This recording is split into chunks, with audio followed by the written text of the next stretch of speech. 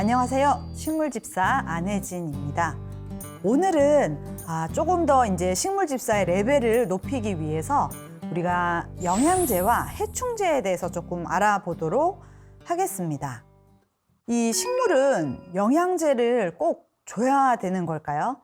이런 의문을 정말 한두 번씩은 품어보셨을 텐데 그 원인은 바로 흙에 있습니다. 제가 이 흙에 대해서 말씀을 드렸는데 이 흙은 아무래도 저희가 그 실내에서 식물을 키우기 좋은 그런 흙들을 배합한 것입니다. 물론 그 안에 영양이 있죠. 하지만 저희가 물을 주고 그리고 이 공기적으로 수분이 날아가면서 이 안에 있는 영양소들이 같이 조금씩 유실이 되기 시작합니다. 예를 들어서 봄에 날씨도 좋고 바람도 좋고 그리고 내가 물도 예전처럼 꾸준히 식물이 원하는 때 잘 줬다. 근데 이상하게 모든 것이 똑같은데 식물이 성장을 하지 않는다. 한 달이 지났는데 새순이 나오질 않는다.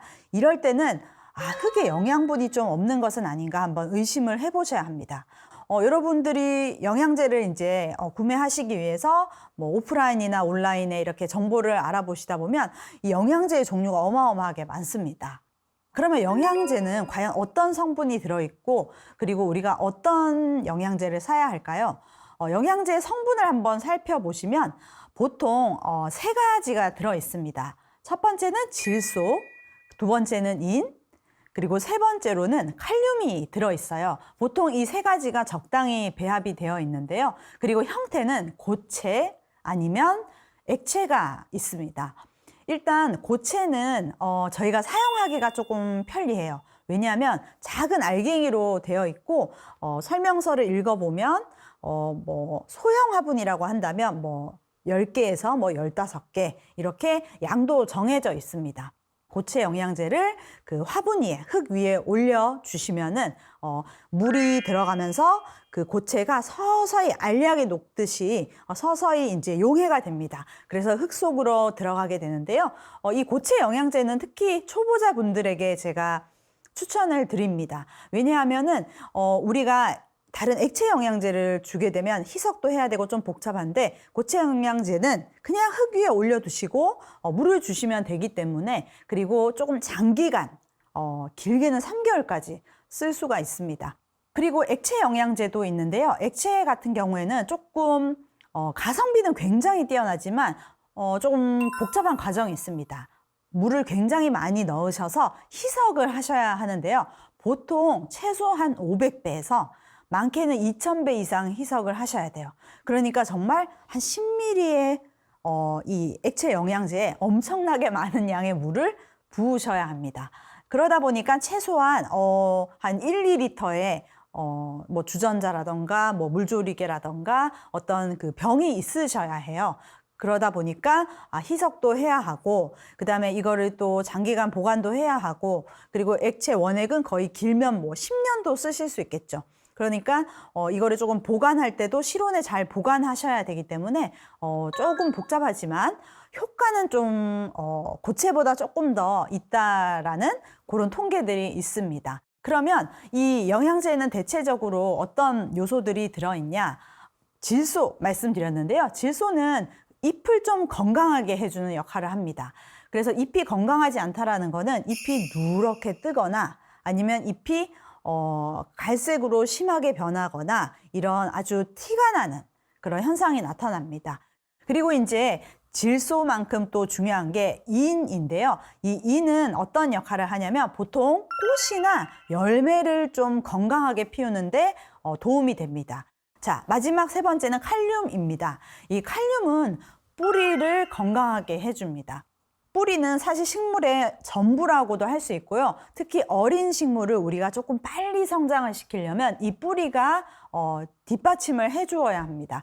그래서 여러분들이 내가 좀 뿌리를 촉진시키고 싶다 하시면 칼륨이 들어간 영양제를 비료를 쓰시면 되는데요. 보통은 이 세 가지가 골고루 들어있으나 여러분들께서 혹시 특수한 영양소를 내가 조금 더 비율을 높이고 싶다 하시면 또 그런 영양제나 비료를 찾아서 구매하시면 됩니다.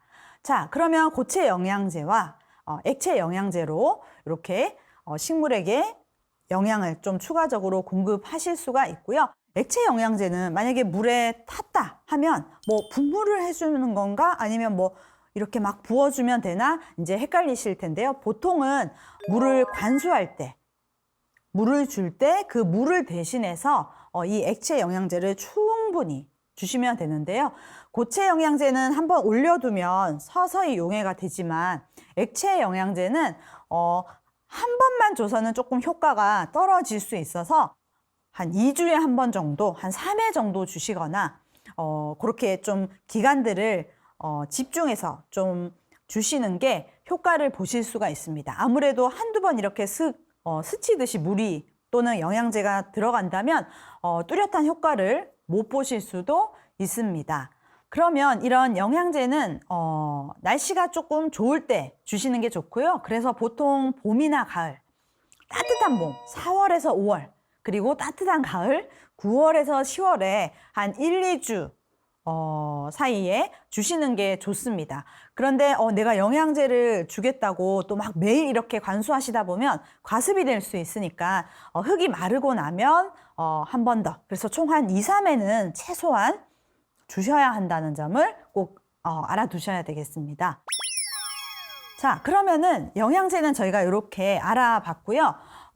이 영양제를 주는 것만큼이나 중요한 게 또 해충제입니다. 이 식물에 병충해가 생기는 원인은요, 근본적으로 식물이 면역력이 떨어졌다는 뜻입니다. 저희도 환절기에 좀 이렇게 면역력이 떨어지고 추우면 감기에 잘 걸리고 하죠. 식물도 똑같습니다. 식물은 보통 우리가 화원이나 농장에서 비닐하우스에 적정한 습도와 온도를 누리고 있다가 갑자기 건조하거나 아주 습하거나 춥거나 덥거나 하는 이런 날씨의 변화가 있는 곳으로 이사를 온 겁니다. 그러니까 이 식물이 이 주변 온도나 환경에 놀랐다고 생각하시면 됩니다. 그래서 이때는 면역력이 아주 약해져 있기 때문에 우리가 식물에게 너무 급진적인 다른 변화들은 주지 않는 게 좋아요. 그런데 또 어쩔 수 없다 보니까 여름이나 겨울 뭐 언제든지 이 병충해는 저희를 찾아옵니다. 이 식물들은요, 화분 안에서 살아갈 때 적정 시기가 되면 흙이 마르는 게 좋은데요. 근데 여름에 장마철이 되고 나면 흙이 잘 마르질 않아요. 그리고 저희가 환기를 하지 않아서 공기도 조금 쾌적하지 못하고 그럼 흙이 부패하기 시작합니다. 그럼 자기가 사는 환경이 이렇게 오염되기 시작했기 때문에 식물은 면역력이 확 떨어집니다. 그래서 기본적으로는 가을처럼 봄처럼 우리가 좀 쾌적한 날씨 환경을 식물에게 해주는 것이 중요한데요. 네, 그렇다면 병충해를 조금은 줄일 수 있습니다. 그런데 이 한여름, 이 장마철 이럴 때는 그 아주 적은 그 음식물의 냄새를 맡고도 이 파리들이 꼬이잖아요. 이 식물에게도 마찬가지입니다. 이 축축한 흙에서 조금 이렇게 식물이 연약해지면 어떻게 알고 이 벌레들이 찾아옵니다. 그리고 가장 약한 잎이나 약한 뿌리들을 공격을 할 수 있어요. 그러면 이때부터는 저희가 이제 해충제를 이용해서 조금 차단을 해야 됩니다. 보통은 식물 종합 그 해충제가 있습니다. 그래서 이런 것들을 구매하시면 분무용으로 사용할 수 있게 시중에 많이 나와 있는데요. 날파리 정도나 뿌리파리는 조금 죽는 것 같은데 기타 조금 이 끈질긴 이 해충들이 있어요. 그런 것들은 잘 못 죽이는 것 같더라고요. 그럴 때는 어떻게 해야 되냐? 정말 징글징글한 이 어떤 해충이 생겼다. 내가 뭐 이렇게 봐도 누군지 모르겠다, 이름도 모르겠다 하시면 사진을 찍어서 그런 화분을 판매하시는 그 화원에 가시면 그 사장님들이 잘 아십니다. 그래서 사진을 보여드리면 아마 이거는 무슨 벌레니까 이 약을 쓰면 됩니다 하고 좀 더 독한 약을 주실 거예요. 그러면은 그 해충제로 특별 관리를 해주시면 좋고요. 그리고 평소에도 저희가 면수건을 이용해서 좀 축축하게 한 다음에 잎의 앞뒷면을 조금 닦아주시면 좋은데요. 그 아주 육안으로 구분하기 힘든 그 벌레들이 정말 그 작은 모서리 틈 요런 데에서도 살아요. 그래서 조금 꼼꼼하게 관리를 해주시면은 또 효과가 있습니다. 자, 그러면은 요런 해충제를 시중에 파는 것들로 저희가 또 예방을 할 수도 있지만 여러분들이 또 집에서 직접 만들어 보실 수 있어요. 집에서 저희가 쓰는 마요네즈와 그리고 주방세제로 만들 수 있는데요.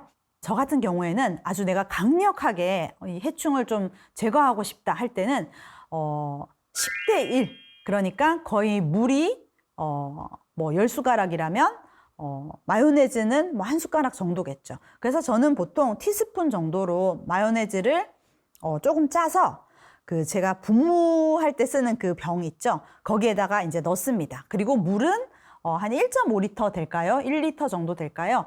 그 물을 채웁니다. 그리고 막 이렇게 흔들어 주면요. 희석이 잘 됩니다. 그 상태에서 이렇게 벌레가 있는 쪽을 향해서 이렇게 막 집중적으로 쏴 주시면 이 벌레들이 약간 기름에 미끄러지듯이 스르르르 잎에서 떨어져 나오는데요. 그리고 막 이렇게 날개짓을 하다가 그 날개짓이 멈춥니다. 그러니까 안타깝게도 이제 숨이 멎었다는 뜻이겠죠. 그리고 이 마요네즈보다 조금 더 이제 무시무시한 홈메이드 해충제가 있는데요. 바로 주방세제입니다. 자, 이 주방세제는 제가 경험한 바로는 효과가 훨씬 좋습니다. 다만 여러분들이 혹여 상추를 키우시거나 허브를 키우시면서 그 이파리를 직접 드실 때는 이 주방세제를 조금 피하시는 게 좋겠죠. 그래서 이 주방세제 같은 경우도 작은 티스푼, 뭐 그보다 적어도 되고요. 네, 그래서 한두 방울 병에 넣은 다음에 물은 거의 한 10배에서 20배, 뭐 더 많이 하셔도 됩니다. 그래서 조금만 흔들어도 막 거품이 이제 병에 가득해지는데요.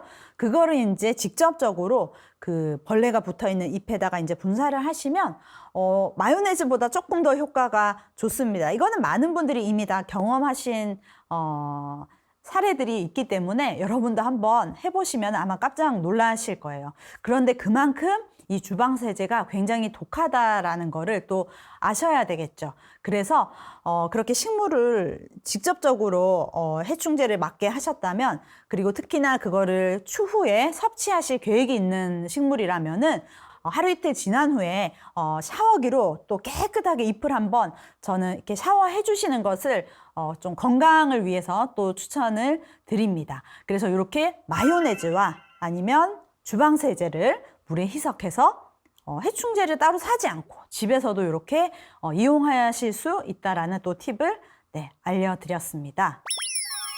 자, 오늘은 영양제와 해충제에 대해서 한번 알아봤는데요.